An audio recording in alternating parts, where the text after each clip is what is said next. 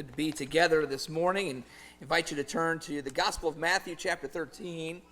We'll be spending some time in this chapter the next few Sundays, Lord willing, as we come to a section of the parables that Jesus had taught, and we're going to try to cover as many of those as we can, as it gives us insight into the nature of our work and the nature of the blessings that God intends for us spiritually, that we might draw closer to Him and enjoy these blessings to the fullest extent as we grow together.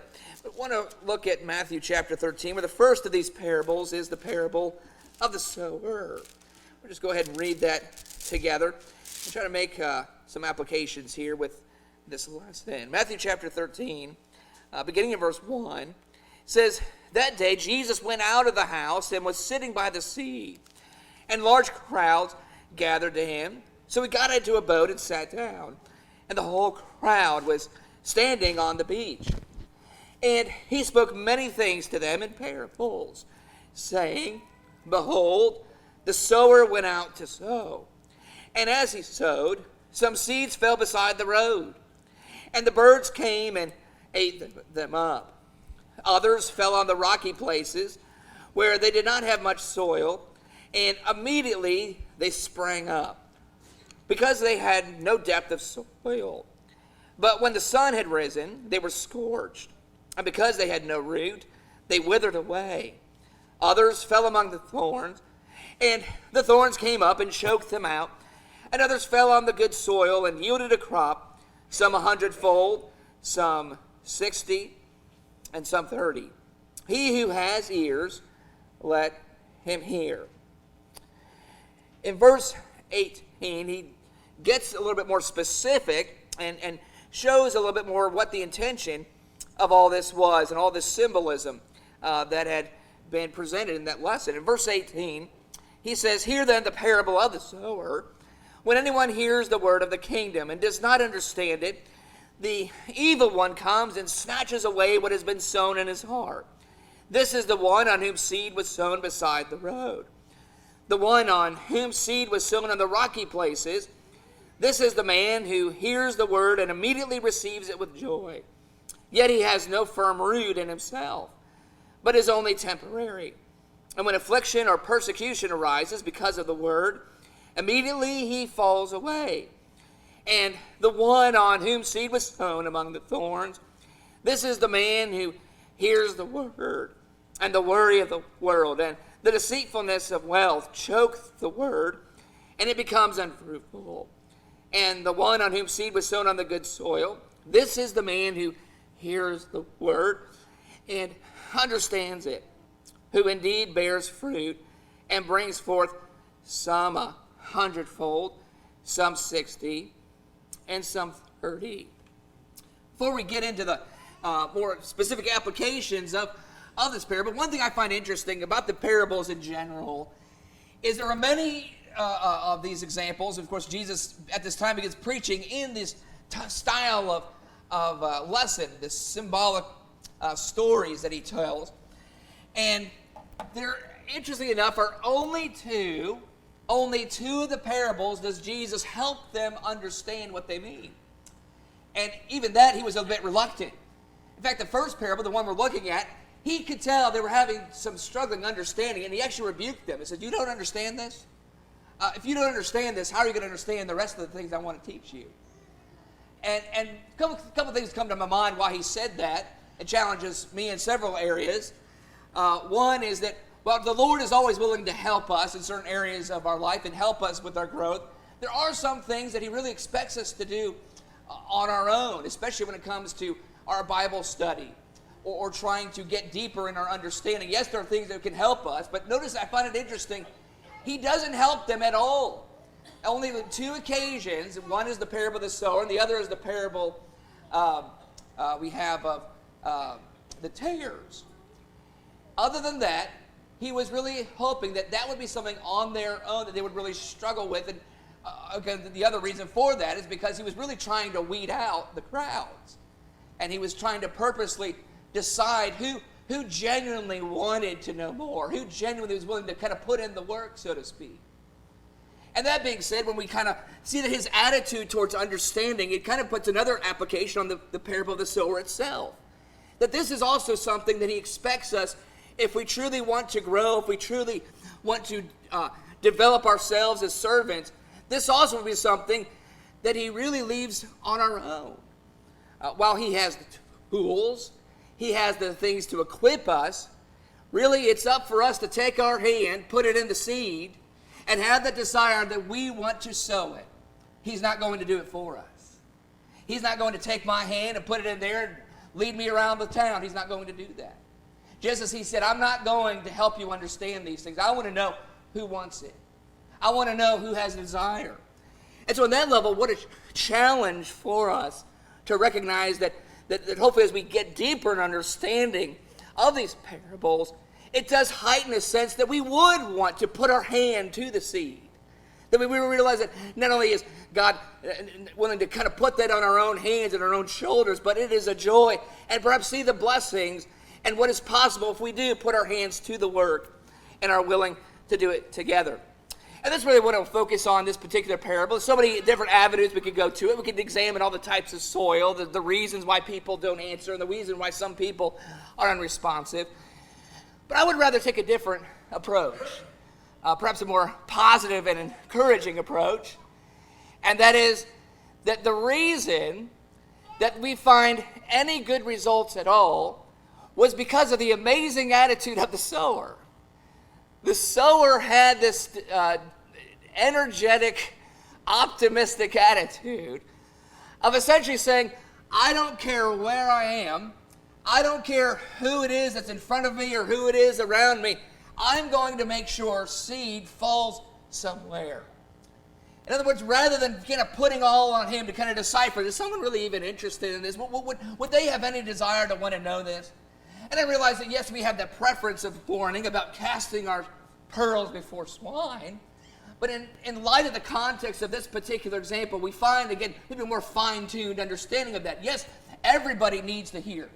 Everybody has a responsibility to know what God would want of them to do. But as we judge and as we have opportunity to see how much more willing are they wanting to know about it, that's where we have to gauge how much more further we invest ourselves in those.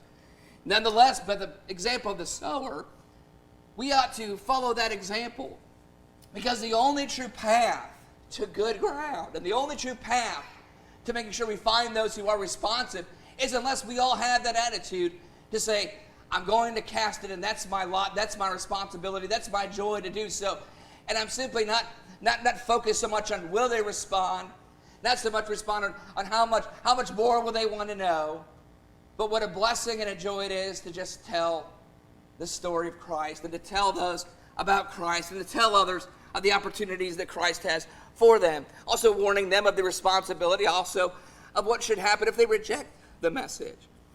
But nonetheless, that seems to be the attitude. I want to point out here, what I find it interesting, is it says he had a very unconventional method of planting seed. It says the sower went out to sow, and notice as he sowed, some seeds fell beside the road.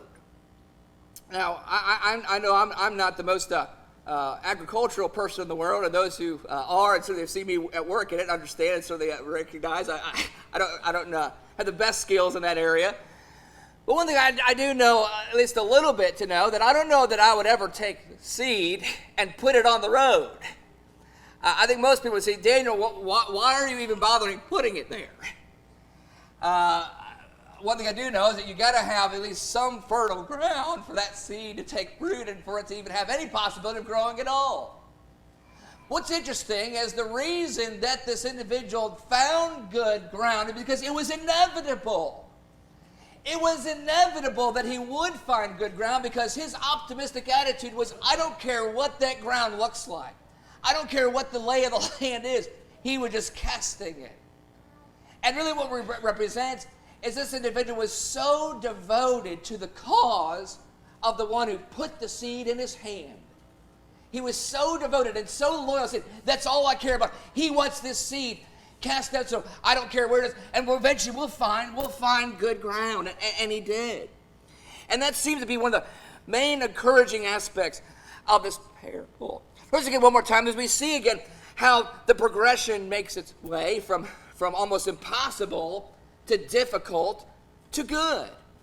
Again, because of his attitude was essentially to say, I don't care what that ground looks like. I just have to cast the seed.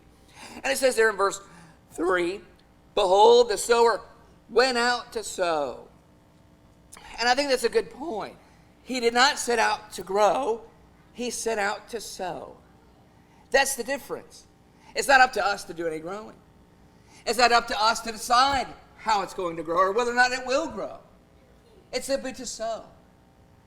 And I think in some ways, while we may seem kind of daunted by that responsibility, say, we mean everywhere? Everywhere? Yes. But with that comes a sense of optimism.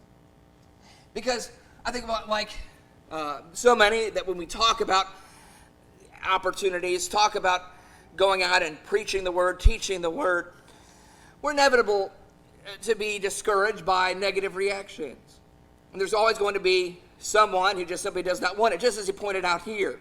As he goes on and explains the reason for this, in verse 18, again, let's look at the explanation of the parable one more time. In verse 18, he says, hear then the parable of the sower. When anyone hears the word of the kingdom and does not understand it, the evil one comes and snatches away what has been sown in his heart. This is the one on whom seed was sown beside the road. The one on whom seed was sown on the rocky places. This is the man who hears the word and immediately receives it with joy. Yet he has no firm root in himself, but is only temporary. And when affliction or persecution arises because of the word, immediately he falls away.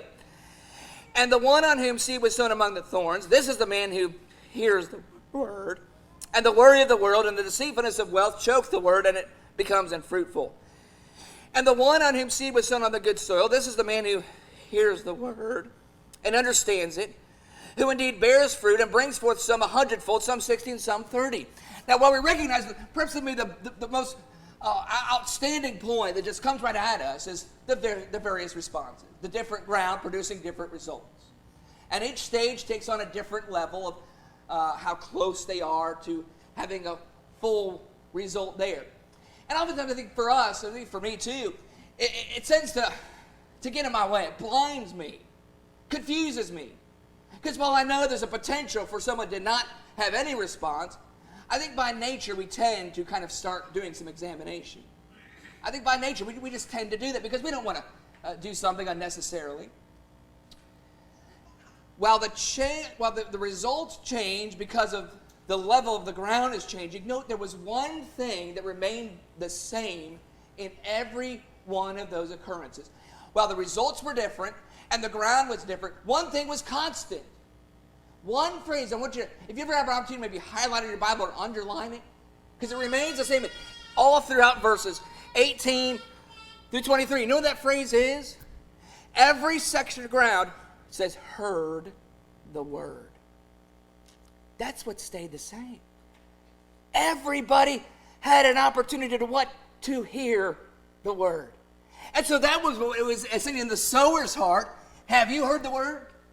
That was his mindset. Well, I won't have to wonder about that if I cast it out and make sure everybody hears it. That means that we have a certain responsibility to voice that up, to take opportunity, to make sure, and our mouths become really the sowing moment, or whether it's asking people questions, asking people if they're interested in a Bible study. Maybe our hands become that sowers, maybe handing people an invitation, handing somebody a tract, or handing somebody some information, maybe a CD of a sermon. I would like you to listen to this. You decide what you're going to do with the rest of it, but I think it would be good for you to hear it. That's the key. Are we making sure that we're taking upon every opportunity to say, have you heard the word? That's it. That's why he was a success. It's because the only responsibility he felt in his mind was, has anybody heard the word from me? And that's why he cast it so broadly, because he was so dutiful to the master that he realized the master's command is make sure everybody hears it. Make sure they hear it. Some won't respond, and they're going to have to answer for that. But the reason that there was a response was because of his diligence. And I just want to look at a few points that bring up some other optimistic, encouraging thoughts that encourage me to want to be more like that. That we'd all be more like that. To simply say, my job and my duty is to make sure everybody has a chance to hear it. Not to grow, but to sow. One of the points that comes out here, as it says the sower went everywhere, it's interesting. It really shows incredible reception to the love of Christ.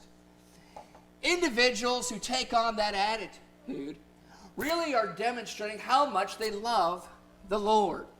Turn over to 2 Corinthians chapter 5. 2 Corinthians, the 5th chapter. And here we find again what initially happens to us by nature when we grow in our love for the Lord. The more we get to know the Lord, and the more we realize how much the Lord has done for us, and the more the Lord has in store for us, a certain level of love on our part grows for Him, and it changes us.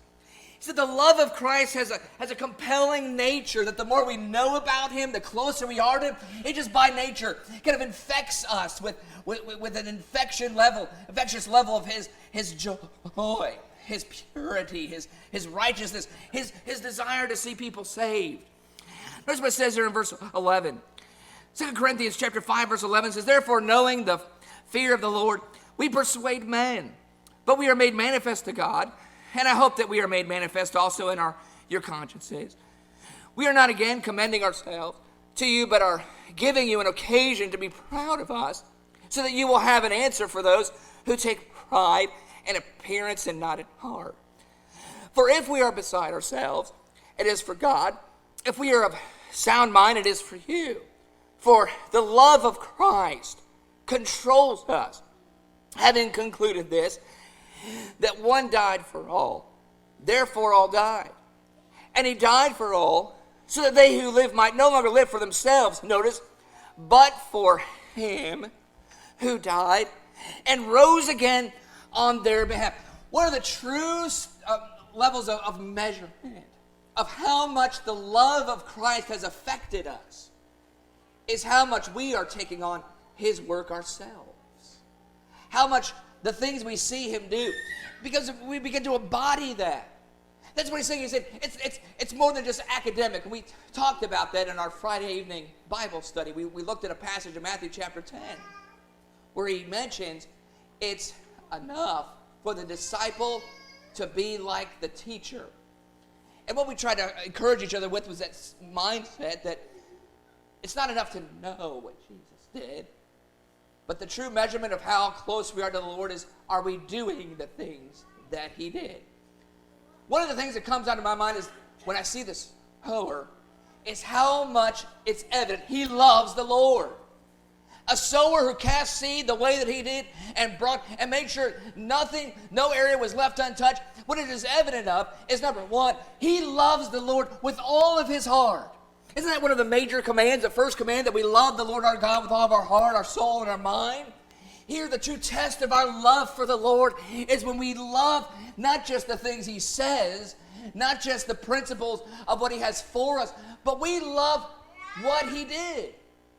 And one of the first things that comes just right at us, is for me when I learn about Jesus, is it makes no bones about it. His number one purpose was to talk to sinners, was to encourage sinners, was to teach sinners, was for all sinners to hear the word of the kingdom. Which is why so many were responsive, just as we see here that so many were responsive to the sower. It's because he loved that work. And that's the true question. Do we love the things that he did? Do we love the fact that he was engaging sinners?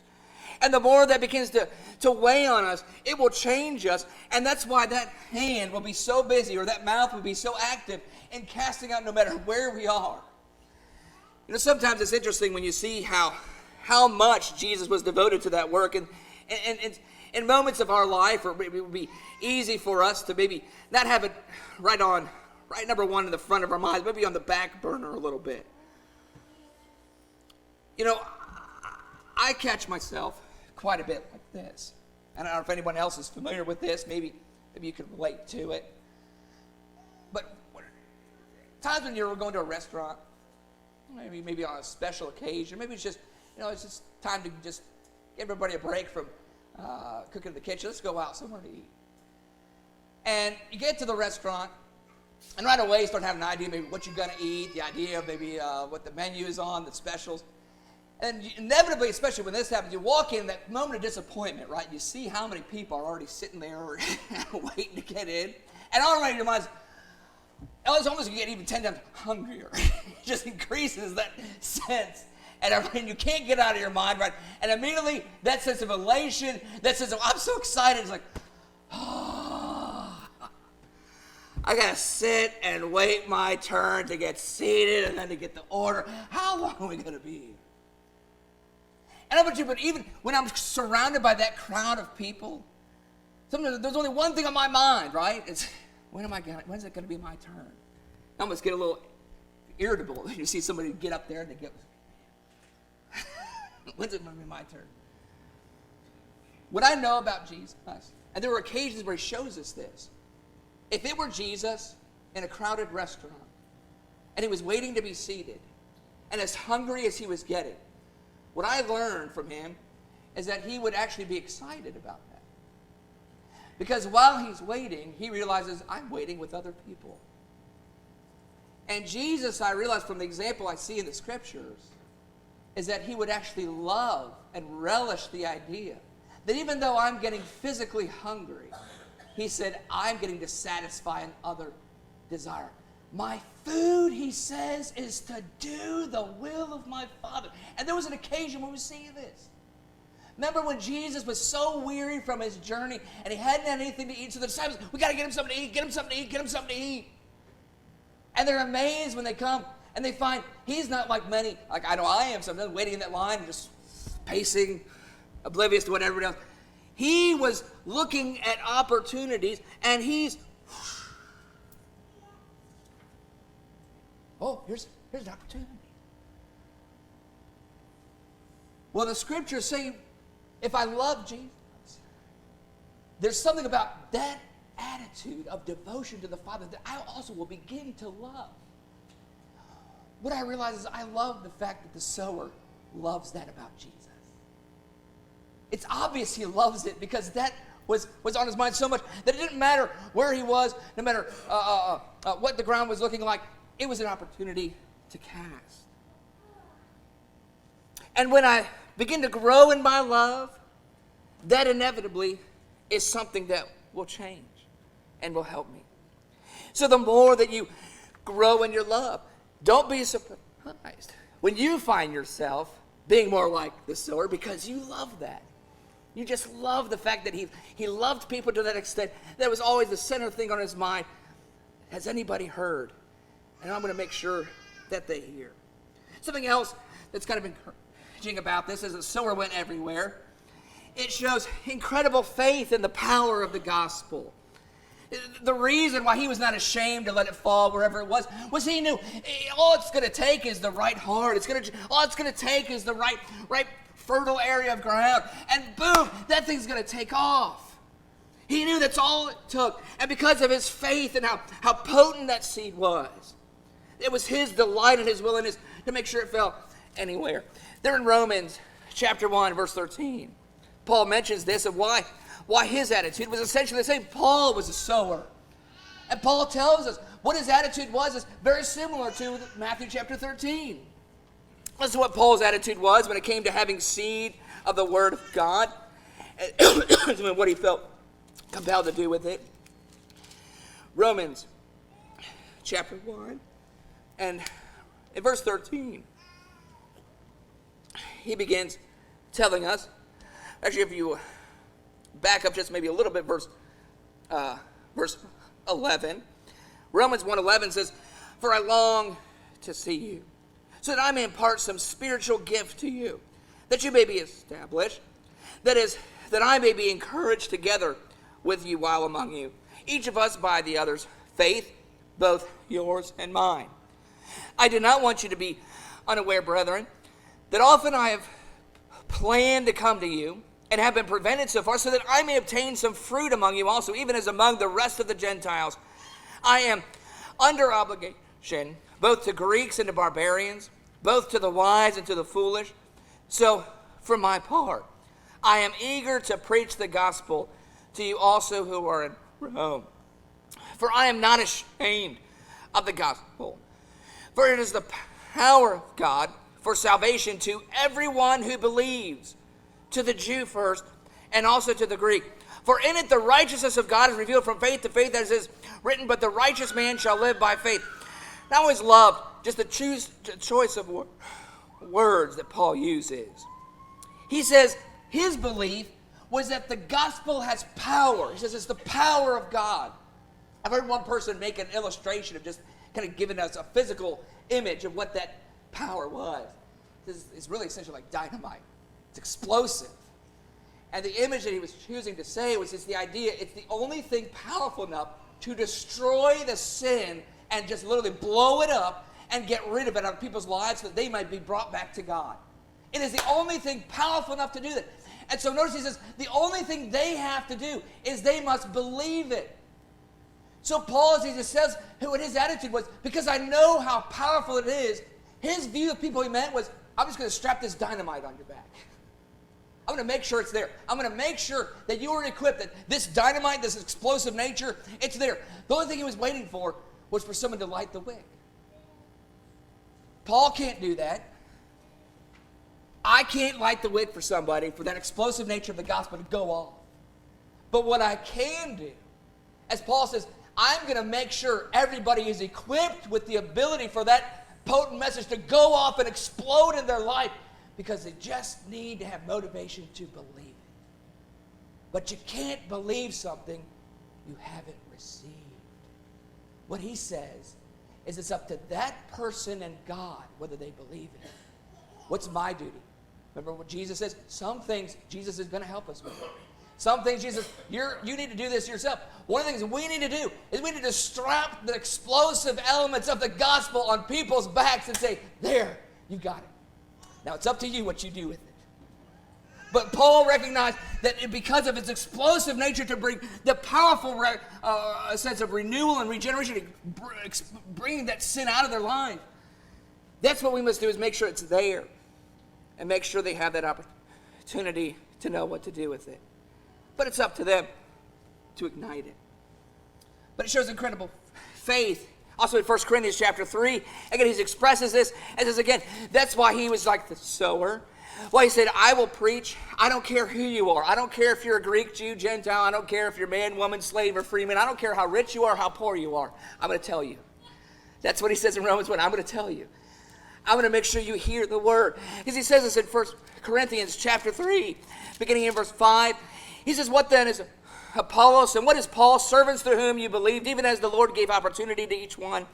I planted, Apollos watered, but God was causing the growth. So then neither the one who plants nor the one who waters is anything, but God who causes the growth. Now he who plants and he who waters are one, but each will receive his own reward according to his own labor. For we are God's fellow workers. You are God's build. And so the image that I often have in my mind is that here's the key. We're strapping the potent complexity nature of the gospel. We're making sure it's there. They have the parts. They know how it works. They know that it's available. And just like a lightning bolt that often causes fires, when something in their conscience or their mind goes off, it's like all of a sudden, I see it. Whether it's a life and death experience, whether it's something they just never considered about nature before, whether it's something all of a sudden they never thought about God, all of a sudden makes sense. It's like a lightning bolt. And it ignites what has already been put into their consciousness so that they can then respond. So that's why Paul says, that's what I'm doing. I'm planting that seed, but he knows it's explosive. It's like a landmine, essentially what he's doing. To blow the sin out of this individual's life apart and have them ready to receive the gospel. And so if we have faith in that power, we also will be like those sowers casting it out. So because it says it also shows incredible love for a fellow man. The second thing, I love how the sower is all encompassing. It focuses, if you love the Lord your God with all your heart, right, you'll do my commandment. I'm supposed to love God, right, with all my heart, all my soul, and my mind. What's the second? I must love my neighbor, even as myself. The sower had both components because it shows how much he loved others. In Mark chapter 10, we see why was Jesus so willing to cast the seed on shallow or difficult ground. He did that. One of the most difficult ground that Jesus ever cast a seed on was a rich, religious, righteous man. And it says why he did it. And have you ever wondered, Jesus who knows all things, he knew it was going to be a failed effort. I still don't forget that. Jesus knew nothing would happen. He knows his heart. He knows what's going to happen. But it tells us why he did it. Read Mark chapter 10. It says, why did he go through that exercise and have him walk away? Mark chapter 10 and verse 17 says, as he was setting out on a journey, a man ran up to him and knelt before him and asked him, good teacher, what shall I do to inherit eternal life? And Jesus said to him, why do you call me good? No one is good except God alone. Excuse me. You know the commandments. Do not murder, do not commit adultery, do not steal, do not bear false witness, do not defraud, honor your father and mother. And he said to him, teacher, I've kept all these things from my youth. But notice verse 21. Looking at him, Jesus felt a love for him. Not only will I start doing more of this when I love the Lord with all my heart, the evidence that I love my neighbor with all my heart is I also do that. If you're my neighbor, you get a dose of this. Dose of seed. And who's my neighbor? Well, Luke chapter 10 satisfied that. Even our enemies. Even our enemies. Everybody needs to hear it. And just as, again, a reminder, Jesus is not going to do that for us. We can't say, well, everybody has a Bible. Well, some people don't. It's amazing. I'm always amazed how many people you find don't have a Bible, or maybe they have access to it, but they just never opened it up and read it. In other words, we can't assume because massive efforts are there for it. There must be some individual effort to say, I'm going to make sure that you hear it. In Mark chapter 10, that's what he says. It says, verse 21, looking at him, Jesus felt a love for him and said to him, one thing you lack, go and sell all you possess and give it to the poor, and you will have treasure in heaven, and come follow me. You notice what Jesus didn't say, well, you have the Old Testament, go ahead and read it. He already did. He needed that personal touch. And that's what the sower also did. He personally made sure that they were going to hear it. And if we love our neighbor, we will not assume, we will make sure that our efforts are going to be as best as possible to make sure that it's there. And also, it's able to see what type of soil we are. As we look at ourselves, there's also this way that it examines and helps us see where we're at. Where are we in this? And where are the sinners in this? In 1 Timothy chapter 1, verses 12 through 17, there's a great passage where Paul says that if he was saved because of his situation, because of his rebelliousness and how far away he was from the Lord, God can save anybody. And that's so true. But what also is amazing about casting that seed is also as the individual begins considering it, mulling it over in their mind, it's amazing that it zeroes in on their hearts. It exposes things. It shows things. To the one who's worldly and worried about riches, the gospel has a way of showing them that they have a problem with that. And if they already have leanings towards wanting to grow in that gospel, well, it's going to show them, well, here's what's preventing you from getting further. You need to not worry about your status. You need to not worry so much about these things. And God's going to take care of you. You know, for individuals who may have shallow areas, or maybe they act too quickly and don't take the whole thing into consideration. Maybe it's a moment for them to say, when it comes to the gospel, maybe I need to really think. I need to pause and take this seriously, because I have a tendency to really act first and think later. And nothing really grows from that. But that's what's beauty about the way when we sow everywhere, it shows people where they are. And hopefully as they see where they are, they can then make the adjustments and can then be closer to obeying it. And something else here, our final point, if we are able to see, we will also see why we aren't like the sower. Not only does it expose those who won't receive it. It also exposes why sometimes we maybe don't realize that we're not doing enough of it. Let's go back over to Matthew chapter 13. One final point I want to make here is as we try to grow in our love, try to grow in our devotion, here's some work for us to do. In verse 20 of Matthew chapter 13 says, "The one in whom seed was sown in the rocky places, this is the man who hears the word and immediately receives it with joy. Yet he has no firm root in himself, but is only temporary. And when affliction or persecution arises because of the word, immediately he falls away." Are we like that? Are we so eager to receive the joy and so eager to receive the blessings that we don't maybe take a moment and think about the complexities of all that it's involved and make sure we're guarding ourselves against maybe being burned out too easily or falling away too easily? As we examine ourselves, say, has it been a while since I've been that sower? Has it been a while since I've been active? Have I lost my zeal? Maybe there's other components of God's love and other things I just haven't really taken the time to really meditate, pray about, and maybe that extra time, that extra moments of reflection would really spurn something in me to make me more devoted. I'm thinking about it too quickly, and it's dying out too quickly. In verse 22, "The one on whom seed was sown among the thorns, this is the man who hears the word, and the worry of the world and the deceitfulness of wealth choke the word, and becomes unfruitful." Do I have a tendency, even when I'm active in evangelism, spreading the gospel, does it immediately get superseded with the bills and the bank account and all the issues? Inevitably, we face those things. And it's so humbling how easy we're trying to care for our household, we're trying to take care of our issues, and without that firm dedication to be reminded how easily those things can overtake, choke out the dutiful work of service in this area. But in verse 23, "The one on whom seed was sown on the good soil, this is the man who hears the word and understands it."